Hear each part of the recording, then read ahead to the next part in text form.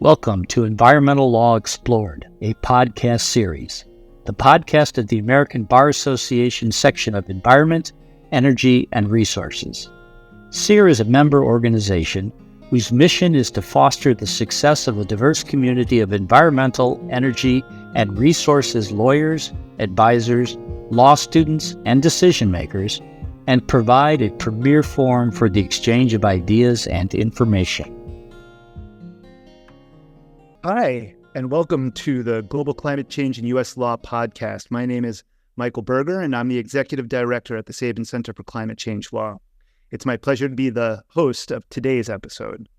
I'm joined today by two of our chapter authors, Sheila Foster and Alice Kaswan.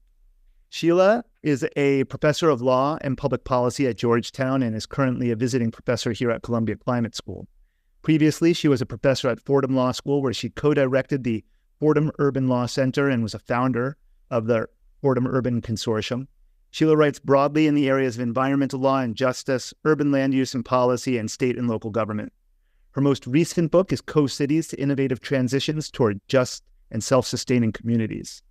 She also has served as chair of the advisory committee of the Global Parliament of Mayors, a member of the Aspen Institute's Urban Innovation Working Group, an advisory board member of the Marin Institute for Urban Management at NYU, and on the New York City panel on climate change. For our book, Global Climate Change and U.S. Law, Sheila co-authored Chapter 12, Local Initiatives. Welcome, Sheila. Thank you. Great to be here. Thanks for inviting me. Alice is a professor at the University of San Francisco School of Law. Alice is a widely recognized expert on climate change and a leading voice on environmental justice. She has written and spoken widely about climate federalism, addressing the appropriate roles of federal, state, and local governments in mitigating and adapting to climate change. Her work also explores the intersection between environmental justice and climate change policies. Alice is an elected member of the American Law Institute, a member scholar for the Center for Progressive Reform, and a past chair of the Association of American Law Schools Environmental Law section. Alice authored Chapter 7, Climate Justice. Welcome, Alice. Welcome to you. Thank you. We're going to talk today about each of your chapters, and there definitely is some overlap in subject matter expertise among our two guests today, as well as the content and focus points of the chapters. Sheila, I'm going to start with you, and hoping you can provide some of the highlights of your chapter. Let's start broadly. What are the key themes, initiatives, and trends your chapter covers?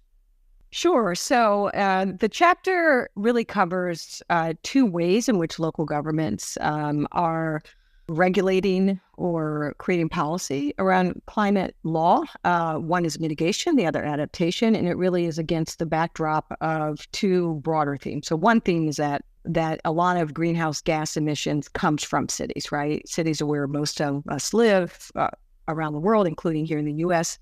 That's no surprise. Cities are engaged in a lot of activities and not just having buildings and infrastructure, but fleets of cars and sometimes their own manufacturing and other kinds of facilities that create this. So it's not surprising that cities are a site of climate law and policy. So that one backdrop is that, cities are a major actor. The second is that the lack of power that cities have in our federalist system.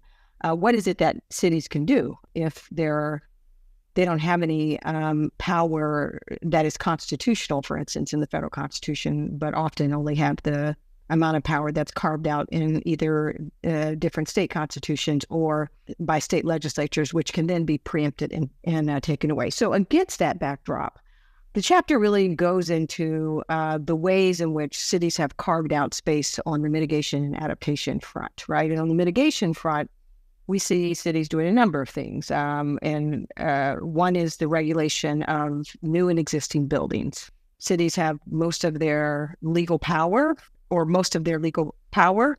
really is over their infrastructure, right? The built environment. So laws like Local 97 in New York City that are controlling greenhouse gases from buildings, green building codes or regulations that require new buildings to be green or to install certain kinds of water systems. So Buildings are one. Natural gas bans is another kind of action around controlling greenhouse gases from buildings. Another kind of mitigation activity are fracking bans and banning fossil fuel infrastructure. That's been a little rockier legally because some states have and courts have overruled the authority of cities to do that. But we see cities active there. Waste management, such as plastic bans, banning straws, for instance. We see a lot of cities doing that. Again, some of them being overruled or there's been some pushback. And then finally, on the mitigation side, creating public utilities, right? And the kinds of regulations or requirements that when there is a municipal utility, they can require them to have renewable energy targets, much like states are imposing, and even along with states, facilitate sub-local solar initiatives. So community solar, for instance, we see a lot of cities engaged in solar and microgrids, not just on public buildings, but also helping communities to set these up. And then finally, on the adaptation side, so all of the above was mitigation. On adaptation, cities are engaged even more there, right? And usually using their zoning powers and permitting conditions. What kinds of activities can they move people away from hazardous areas, right, through zoning laws by creating overlay zones? Can they require certain compliance as part of zoning permits for new developments in buildings? Can they stop development? Again, there are some limitations on that through the takings clause jurisprudence, right? Cities have to be very careful not to take private property. And then there's what are called wildland urban interface codes that in Western states, cities have put in place, and also green infrastructure, requiring roof mandates, green roofs and tree planting program. So that's a kind of broad overview of what the chapter does. Thank you. One quick question on that. So your cities are creatures of state law to a large extent, as you mentioned. I'm wondering if you could talk a bit about the difference between different cities in different states, right? I mean, isn't there a difference between what Miami can do and Houston can do and what New York can do and San Francisco just because they happen to be in different states? That's right. And even within certain states, different cities can do different things. It's a complicated landscape of cities with what we call home rule power, where they're given some residual power to act on their own. And usually, again, that's around, land use and other policies that fall squarely within their borders, right? Even home rule localities or cities, when they start to put in place, let's say, a minimum wage law that reverberates beyond their borders, they can get in trouble. So some mayors have tried to outlaw certain kinds of food with trans fat, et cetera, and have gotten into trouble doing so because it affects industries beyond their borders. But certainly things within their borders, such as the infrastructure I was talking about for home rule cities and localities, they're on the firmest ground with that. Less so with regard to gas bans in buildings, even home rule cities. If there are both federal energy laws and also state utilities laws, they can easily bump into or have a conflict with those. And then there are other cities that don't have home rule power, right, that will find it hard to do any of this without having specific and carved out authority from their states. And so if you read the chapter, you might notice a kind of theme. New York is doing a lot. Cities in California are doing a lot. But when not so much cities in Texas, for instance, not so much cities in Florida. But even those cities, I think, have some room to act, even with a preemption overlay, because they already have certain carved out authority. And if what they're doing can map onto that carved out authority, they're fine. So that's why I say it's a patchwork. And then in some states, it depends on the size of the city. So in Pennsylvania, some large cities have home rule, but some smaller localities and towns do not. So it is very much a patchwork of authority. patchwork of authority and a patchwork of activity, right? There's just a tremendous range of activities going on in cities and local governments all across the country, which makes it a very dynamic and exciting sort of environment, a regulatory environment, an experimental environment. But it also makes it a lot of material. And your chapter definitely covers a lot of material and covers a lot of ground. What are some of the important takeaways you would draw from the chapter for someone interested in local climate action? So one of the takeaways in the way that first of all, we start with the chapter and end with the chapters. One of the fascinating things are these networks of mayors in cities, both domestically and internationally, that are trying to engage in climate action, not just within their borders, but collectively to act in unison in some respects, but also learn from each other. And these are cities that have varying degrees of local authority. But what you see is that they're in an environment in which policy travels right across cities because they're learning from each other and they're, I hesitate to say copying each other, but you do see a kind of horizontal scaling of some of these policies and these climate action plans. So one of the things that we talk about is how many climate action plans cities increasingly have. The mayors and the city officials often are sitting in these networks and they're sharing their plans and they're sharing what they're doing. And so in that way, I think we've seen cities really ramp up action on a local level. And if you scope internationally, I think that's even more so because at least at a time when international negotiations were not moving forward quickly enough, you saw cities all over the world, such as the C40 network, for instance, try to step into that void.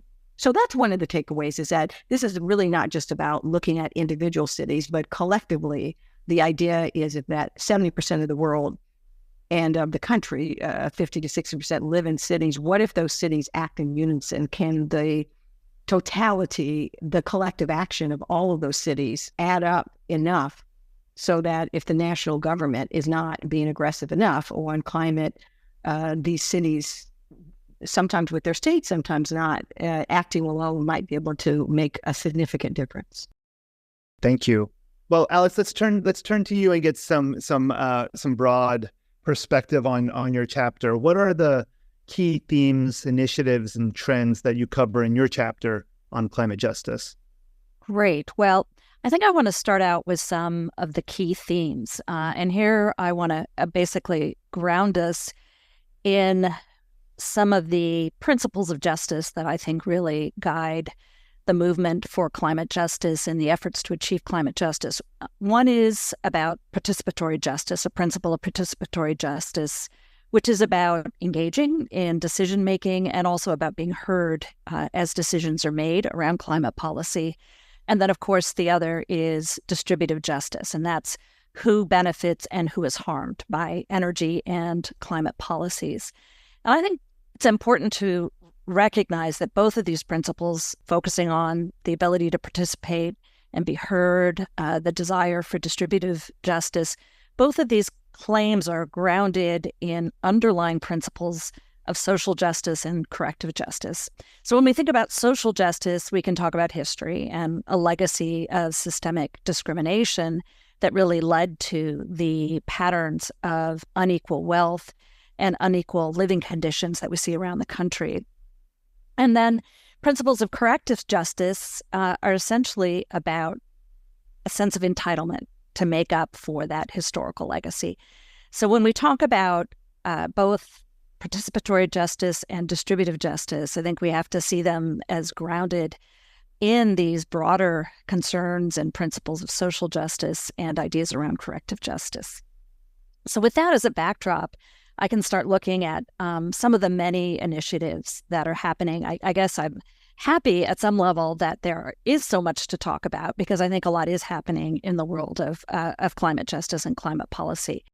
One dimension is about responses to continued fossil fuel developments. Again, given the legacy of fossil fuels, often located in historically under-resourced communities of color, many of these communities are sort of rising up in response to efforts to site new infrastructure, new fossil fuel infrastructure in communities of color, in poor areas, in tribal areas.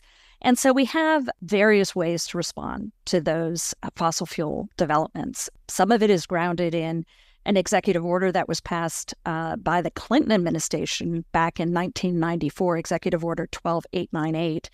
And there are state laws that have some similar provisions that essentially require agencies to assess their impact of their actions on distributional justice, on the way it'll impact communities of color and low-income communities, and also to allow for participation. A lot of this gets translated into the way we interpret the National Environmental Policy Act, and I believe there's a chapter in the book on NEPA. But this is looking at the environmental justice dimension of that, which requires agencies undertaking major federal actions to assess the demographic impacts of their action. So instead of just looking at what the air impacts will be or what the water impacts will be, you also have to look at the demographics of the populations who will be impacted. Now, I think the primary benefit of these laws is about really transparency. I don't think a great deal is being accomplished to actually substantively block projects, but it is at least making the public at large and decision makers aware of the demographic impacts of their actions, which could have, at least in some contexts, some political benefits. And to the degree that agencies are not doing it properly, it can create some hurdles that can impact projects. And that's occurred both at the federal and the state level. I can briefly mention Title VI of the Civil Rights Act, which is a provision that, as interpreted by many agencies, essentially says that state and local governments that receive federal funding can't discriminate. And that includes a provision that they, under at least the EPA regulations, that they can't make siting decisions that have a discriminatory impact. In practice, there are a lot of enforcement issues. There are also some concerns about how this will be implemented in light of the Supreme Court's recent jurisprudence around civil rights.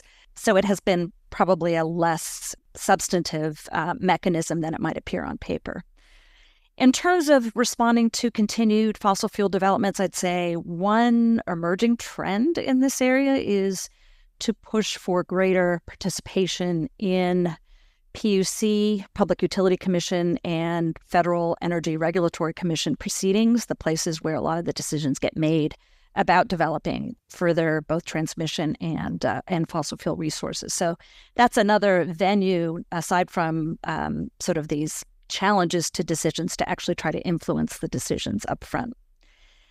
In terms of climate mitigation policy, and again, that's my primary focus in terms of my scholarly work. How do we develop policies that upfront take climate justice into account rather than challenging actions at the back end or trying to challenge fossil fuels? How do we have positive policies that work forward? I would say on the federal level, President Biden kind of launched it coming right out the gate with his inaugural executive order, I think within days of his inauguration, called Tackling the Climate Crisis at Home and Abroad. And there are many references within that fairly long executive order on the importance of centering environmental justice within administration policies, including climate policies. In terms of how that's playing out, I want to look at regulation first. I think the high points for our regulatory approach to taking climate measures that have environmental and climate justice implications would be the truck standards and the car standards, which have significant co-pollutant benefits. So again, to the degree that communities of color and low-income communities bear the brunt of port traffic and truck traffic and warehouse traffic and highway traffic, having a strong move through regulations to low emission or zero emission vehicles is critical, especially the truck and bus standards, because of the particular health consequences of that concentrated diesel pollution. Also, we've got a rule on existing methane out of oil and gas production. And I think, again, the hope is that at least in some communities that will reduce some significant sources of not only the greenhouse gas emissions, but co-pollutants as well. Other fronts, not a lot in terms of regulation. The power plant rule, as in part a consequence of some legal challenges, is quite weak in terms of what it will accomplish in terms of co-pollutants, and there hasn't been a lot of other regulation of sources coming out of the federal government. I'd say the heart of the federal approach, particularly in the power sector, has been in investments. So one of the components of the initial executive order was to launch a policy called Justice 40, which is a policy of investing 40% of federal dollars, at least discretionary dollars, to benefit disadvantaged communities. And then 40%, at least in theory, could translate into a fair amount because in the time since President Biden took office, we've had two major pieces of legislation that have put a lot of money into the pot. That's the bipartisan infrastructure law and the Inflation Reduction Act, which have put billions of dollars into environmental programs, climate programs, some of which will really help move the climate justice model forward. I'll talk about those more if and when we talk about some of the developments since the book chapter was published. We'll get there for sure. Yes. Now, a lot of the implementation on that is post-production. So in terms of states, in terms of regulation, we see a lot of states moving toward, for example, 100% renewable energy, renewable electricity, I should say. And that will have some, trickle-down effects because, again, communities of color and low-income communities are more likely to be located close to power plants. So that at least has that potential to reduce health-harming emissions in vulnerable communities. Some states, I wouldn't say all of them by any stretch, but there are at least some example states that are directly incorporating co-pollutant reductions into their climate policies. So New York, for example, Massachusetts, Colorado, Washington, Illinois, in various different ways, more detail than we can go into here. And then also quite a number of states are choosing to adopt California's more stringent truck and car regulations. And again, I like to focus on trucks because I think they have the most significant consequences in terms of public health for vulnerable communities. But there are quite a few states that are following California's lead in really moving toward zero-emission trucks, which will hopefully create a very powerful signal for innovation in the truck manufacturing sector. In terms of investment, there are some states that require a minimum amount of climate spending or environmental spending to benefit low-income and disadvantaged communities. New York was one of the leaders in this area. In fact, the Justice 40 initiative is modeled on New York's approach. California and Washington State were, to some degree, earlier, but more modest, but also have those kinds of dedicated funds. There are also some very innovative community-based programs operating in some states. I think California has been a leader here, and here we have a nice crossover with Professor Foster's work. But there are programs that are designed to be holistic and multi-benefit, to think about, for example, the connection between affordable housing and transportation, right? So a lot of what we're worried about in transportation emissions, one of the biggest sources we have, one of the biggest causes of pollution to vulnerable communities, a lot of that's caused by commuting and by the lack of affordable housing close to places where people work or play, and the effort to really integrate how we do housing and how we do transportation, I think will have benefits, holistic, multi-benefits for vulnerable communities that are often suffering, obviously, not only from problems of air pollution, but also a lack of affordable housing. So California's got some interesting programs, for example, that really try to link transportation and housing, affordable housing. And then there's some of these programs that are not only multi-benefit, but also place a significant emphasis on community-driven planning that will have planning processes that engage communities, not only that are targeted toward disadvantaged and vulnerable communities, but then draw in a variety of stakeholders within those communities to think about what range of climate policies will best serve those communities, whether it's local solar, energy efficiency retrofits, no affordable housing, really with quite a range of potential policies that a community can can plan and then receive funds to implement. So those are some, I think, really interesting examples at the state level. So you've introduced a lot of really interesting and innovative activity that's happening on the climate justice front at the federal level and the state level. You've introduced sort of that age-old question about the substance versus the process. Is it substantive? Is it procedural? Where does it become substantive? Where is it sort of purely procedural? And where does the process itself actually matter a great deal versus where does it kind of cover? You're touching on a lot of important themes and elements of the climate justice landscape at the moment. Same question that I asked Sheila. What are some of the important takeaways that you would draw from this for the listeners here who are interested in the subject? One key takeaway that I think people who are working on decarbonization and climate justice can use to their benefit is the concept that decarbonization will require everyone to decarbonize. It's something that can't be accomplished by relying only on those with enough resources to do so themselves to decarbonize. A strong argument in favor of providing financial support for decarbonization in low-income contexts, again, looking at both transportation and buildings, is that these contexts and these households are not going to be able to decarbonize using their own resources. And so if we want to get to the decarbonization levels that we know are necessary to address the climate challenge, it will require that kind of support. So that's one takeaway that I think will be important as we think about the messaging in this area and the policies in this area. Another is just to remember how many different ways there are to address climate risks and policies. And I think there's a role for all of these different mechanisms. And in some ways, I'm summarizing what I've said above, but I think opposing continued fossil fuel development is one core and important strategy. But there's also how we plan, right? How do we put together, whether it's a housing plan, a land use plan, a transportation plan, or a climate plan, how do we plan? There's a role for regulation and there's a role for funding. And many of these things will overlap, but I just think it's important not to fixate on only one of these dimensions of climate policy, but really to think about strategies in all of them. Thank you, Alice.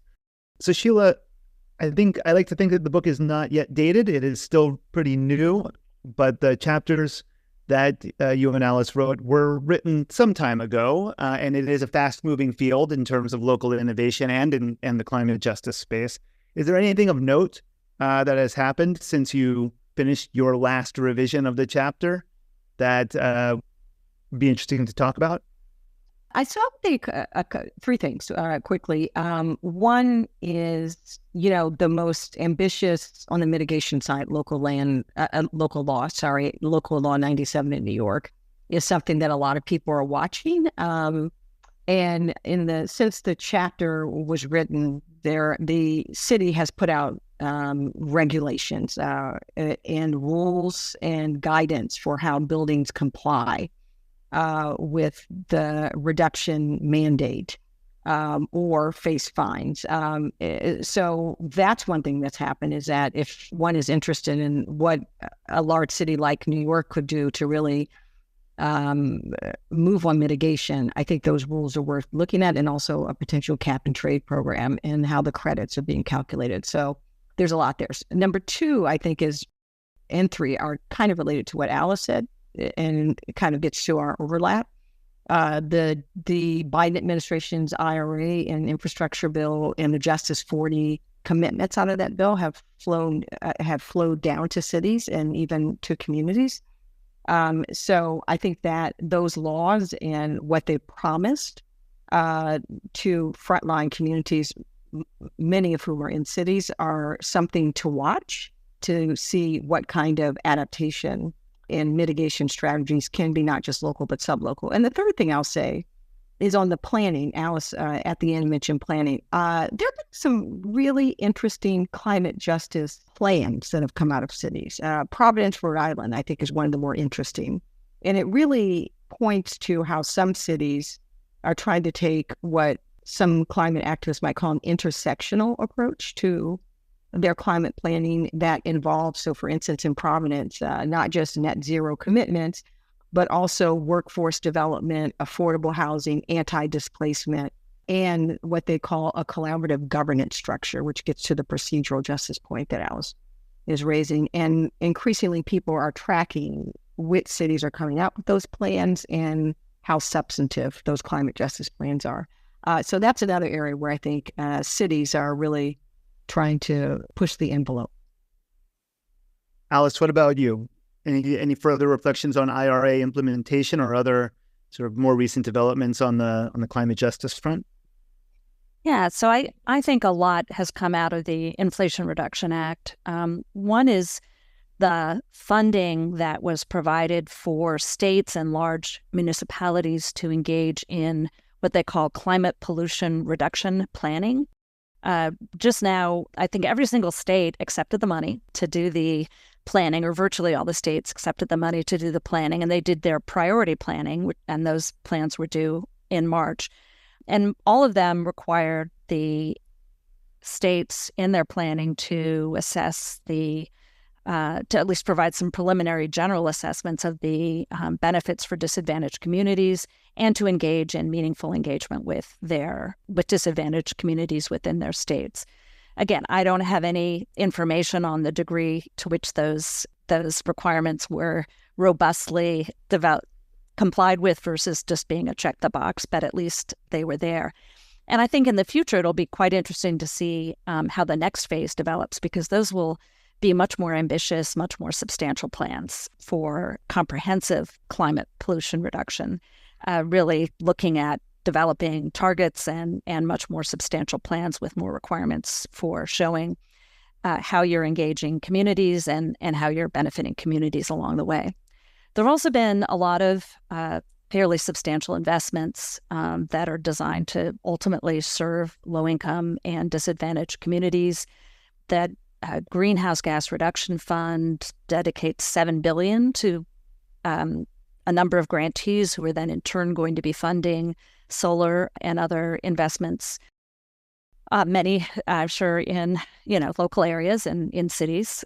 And then there's a $6 billion for Clean Communities Investment Accelerators, nonprofits that are going to help build financing capacity of local community lenders that are working primarily in low-income and disadvantaged communities. There's some efforts to come up with some one-stop shops. They're called TICTACs, TCTACSs, that are trying to address some of the challenges many underserved communities face in just identifying available funding opportunities and being able to put together applications. So these one-stop shops are designed to provide resources around the country to help communities with technical assistance, help them both find grant opportunities and help them apply for them. There are also some interesting grant forms that are modeled after the California approach of really doing community-based planning, not on the same level of funding, but I think models for what we might have going forward. Yeah, it's great to see so much sort of happening as these things roll out. Sheila, I want to come back to something that you were talking about a little. You touched on sort of towards the end of your first set of remarks. It's often said that local governments are the laboratories of experimentation here in the United States, and certainly cities have been at the forefront of climate action and innovation, both in terms of mitigation and adaptation actions since the very beginning. I'm wondering if you could offer some general perspective on the role of cities and local governments in addressing the climate crisis. And you came to this point at the very end, and I guess maybe I want to interrogate it a little bit. Does it all add up enough to matter? I don't think we know yet.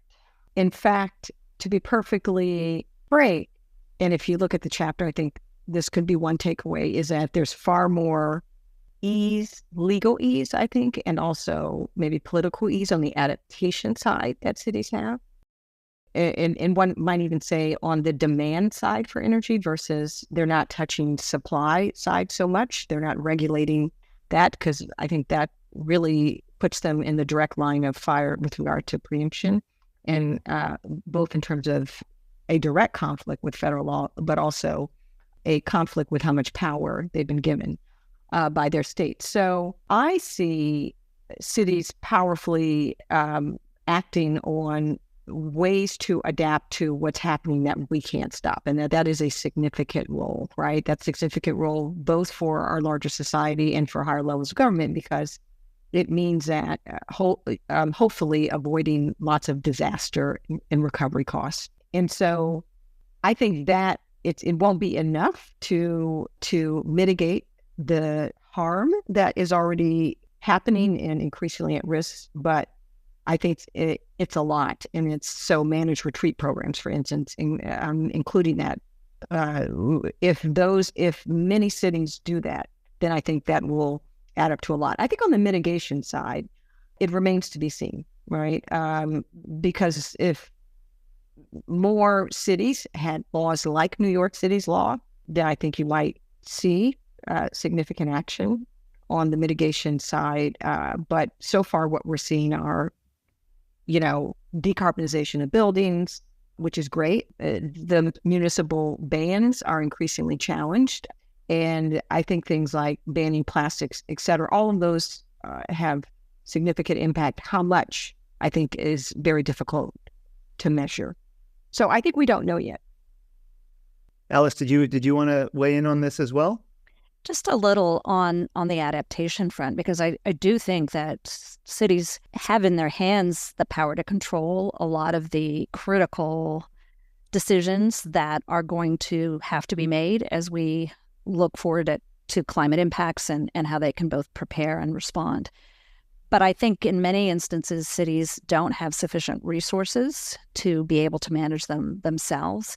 And I do worry about the cities that don't have the political will to do so. I think there's some very strong forces that operate within cities, often real estate interests and development interests, that do not want to look ahead to the future because of the impact on land values. And also cities, rely on property taxes and property values in order to finance their operations. So I do think we are ultimately going to need, some kind of a federalist approach, right, where we're going to have states and federal government sort of coming in and supporting states in some of these transitions, especially for the areas that are likely to see the most devastating impacts or the largest proportion of their jurisdiction impacted. Right, and these can be areas that are subject to sea level rise, that are subject to riverine flooding at rates and levels that just make it relatively uninhabitable or absolutely uninhabitable, or the urban wildland interface, where wildfire can really be a risk in some communities that make places uninhabitable eventually. Uninhabitable. There you go. Oh, yeah. Well, and I will just say, and just pivoting off what Al said, there is an interesting alignment between municipal finance and the necessity of adaptation. While politically, some cities won't want to do it, I think given the reaction of the insurance companies, I think, to property risk and also the urban wildfire interface, et cetera, yes, they're dependent on property taxes, but for exactly that reason. Some cities are now seeing that it may be wise to move people upland or inland away from coast because that property tax base, not only are those property values falling in some places on the Miami coast, for instance, and so you see them shifting their resources, their development resources into the core city. And not because politically, right, Miami's there, but because I think just to protect their finances. So I think it's something to watch. I don't know that that's true across the board, but I do think it's something to watch, and it's something we're seeing. Sheila, when Donald Trump was elected president in 2016, we saw a rapid and massive increase in the level and coordination of city action. The We're Still In Coalition and the U.S. Climate Mayors Group and the various cohorts that bind cities and bring cities together to sort of collaborate on policy innovation and advocacy efforts became quite vocal and visible.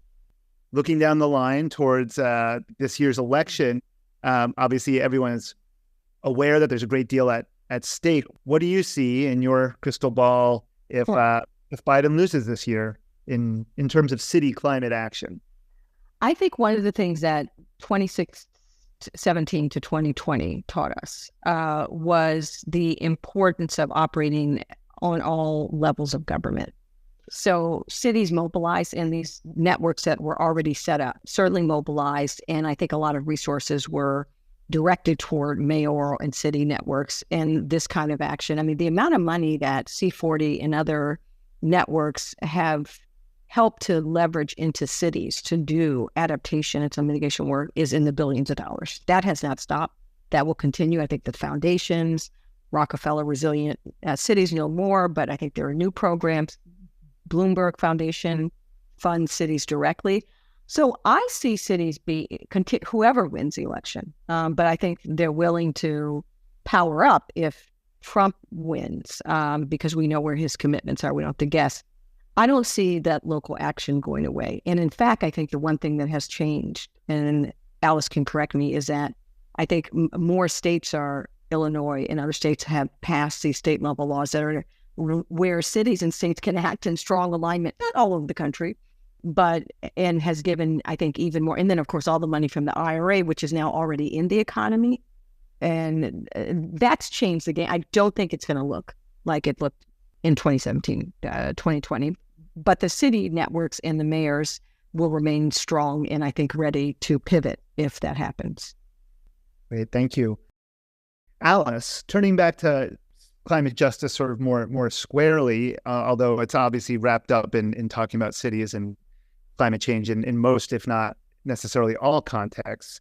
We've seen a real reckoning with issues related to environmental and climate justice in the last several years, including more concerted action from the federal government than we may have ever seen before. I'm curious to get your assessment on the state of play. How do you view the efficacy of the Biden administration's efforts in advancing climate justice? I think they're unprecedented. I mean, I think there's always more that can be done.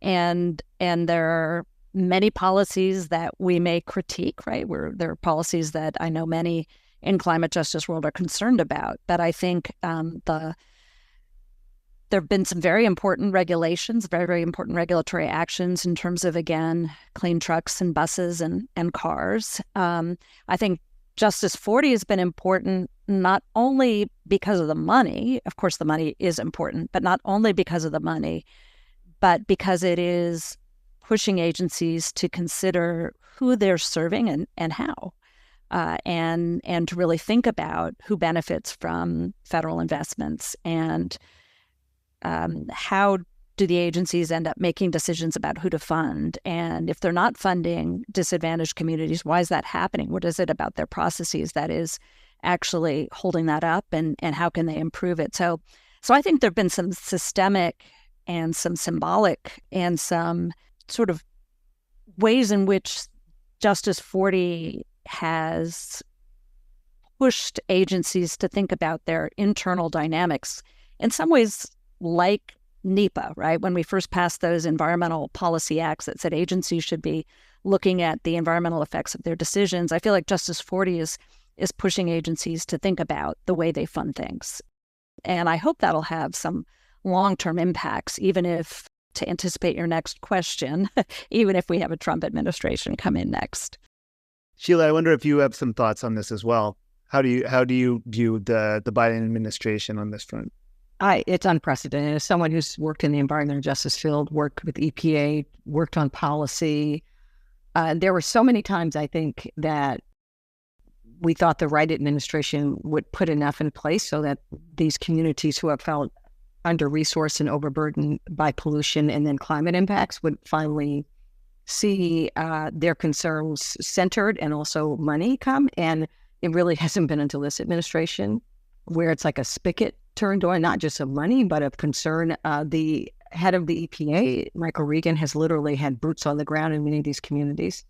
In addition to Justice 40, I think a lot of the rules and regulations that are coming out of the EPA are also very protective of these communities. I mean, obviously, they're reducing aggregate levels of pollution, but also, I think, have centered the concerns, the kind of, even the infrastructure bill, getting lead pipes out of schools, right? Kind of transitioning buses in communities where 1 in 3 kids have asthma, right? And lead poisoning is rampant. So I think from the macro to the micro, this has been a really unprecedented historic moment for environmental justice communities. So, but I think a lot of it is administrative in the executive branch. So if we do get a new administration, there's a real question about sustainability.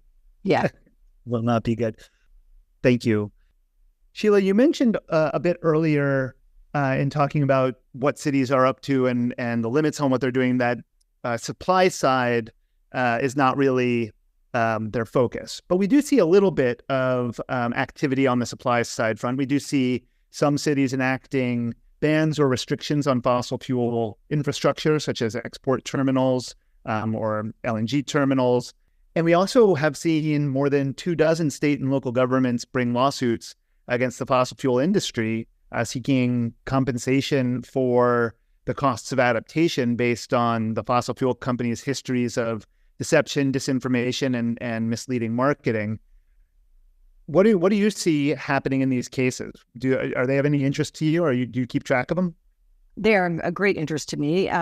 First of all, because they're part of a second and maybe third phase, cities and states trying to get the fossil fuel sector to internalize the externalities that states and cities are having to bear, because, as I said before, they're on the front lines, right? If a hurricane or heat wave is killing people or flooding, who's paying the cost? Yes, there's FEMA steps in, but so many of those costs are kind of left with cities. So this kind of civil action based on nuisance and liability, but also specific state laws and violations of various civil duties, I think is fascinating. And what's really interesting is that this time around, that the fossil fuel companies, I think, have put a lot of money into trying to remove these cases to federal court, right? In part because we have the AEP case from the Supreme Court and other precedent that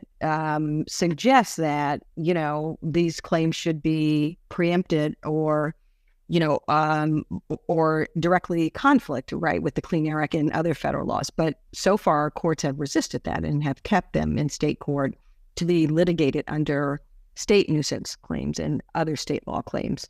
Now, the states and localities have won on this huge procedural point, but none of this has been adjudicated on the merits. And I think that's really the question: is what are these lawsuits going to look like when one has to prove, attribution, but also violations of specific duties in the absence of a law that says that caps, what these fossil fuel companies are doing specifically, which, there is no law, but we're piggybacking these claims on common laws and other statutory laws that aren't directly, one might say, set up to address these kind of claims. So I think that remains to be seen. But I do think that we see a different judicial environment this time around than, say, 15 or 20 years ago. And so that's something we're all watching. Yeah, and of course, it's climate change is one area, but not the only area that cities are using nuisance and other common law approaches to address widespread public health and environmental problems. We have the opioid litigation, asbestos, tobacco, guns, sort of a wide range of areas where cities are going to court to try and solve big picture problems. Alice, I'm going to sort of ask one last question of you. It seems like there's a lot being covered in the climate justice space now, with the federal action, the state actions that you discussed, the city level action as well, to seek to incorporate climate justice into mitigation and adaptation planning in a variety of ways. But what's not getting enough attention right now? What are some of the areas where you see some gaps to fill, or just, additional attention ought to be paid? Yeah, so there are a couple of areas I think that really relate to economic justice that are getting attention. They're mentioned, but I'm just not sure how much we're really developing policies to address them, or that we're not that far along the path of developing those policies. One has to do with potential electricity cost increases for low-income residents. Not all of them are going to have, a solar panel on their roofs that can take care of those increased costs or lessen their demand that would then lower the cost. So I think that's something to keep an eye on, in part because electricity is very important as we decarbonize. And so for states where you have high electricity costs, you could see rising costs. So if you're going to get rid of the cheaper gas and end up having to rely on electricity in your home, will that entail higher costs? And then what will that mean in terms of your ability to heat or your ability to cool as you deal with various weather circumstances and the like? So I think managing electricity costs is something we will have to pay attention to. Another is worker transition. Again, it's something that gets a fair amount of attention in terms of what people talk about, but I'm just not sure I'm seeing that much emerging in terms of policies for dealing not just with transitions for individual workers, right? So-and-so, a person or a household might lose their income, but really thinking about it in terms of communities that have relied on fossil fuels for their well-being. I think about places like Kern County in California, which has relied heavily on oil and gas for both their work and employment, but also as a tax basis. And the industries have actually helped support a lot of the social services within that county. So you really have to think about a pretty widespread transition in the economic base, really think about community economic development and strategies for achieving it. And I just don't think we have a lot of experience with that as a country in some ways, of thinking about transitions on this scale. And I think that's an area that could use more attention. And then on the emissions front, I think industrial emissions are something that we'll have to keep an eye on. There's a lot of focus on electricity for good reason, but industrial emissions are a significant source of both greenhouse gas emissions and co-pollutant emissions. I know in California, probably also in Texas and Louisiana, you've got refineries and in Louisiana, petrochemicals as very significant sources of concentrated pollution in communities of color and low-income communities. And so a lot of interest in those communities about how you're going to reduce not only electricity sector emissions, but also industrial emissions. And again, I think we're very worried about leakage, right? We're worried that if we try to control industrial emissions, then production will just go elsewhere and we won't have a net reduction in emissions. And there are concerns about competitive impacts of trying to control industrial emissions. But I do think it's something we need to get our arms around. We need to be looking at the technological strategies for reducing emissions at refineries and cement plants and petrochemical facilities that are not just reliant on carbon capture, right, which will likely maintain those co-pollutant emissions, but are really thinking about what the future of those industries is and what the pathways are for transitioning. And I think I'll leave it there. All right. Well, thanks again to our guests for this episode, Sheila Foster and Alice Kaswan. It's been great talking to you, so thank you again. And thank you. Thank you. We hope you enjoyed today's episode. To learn more about our section, please visit our website at americanbar.org/Enviro. Please check where you found us for future episodes. Thank you for listening.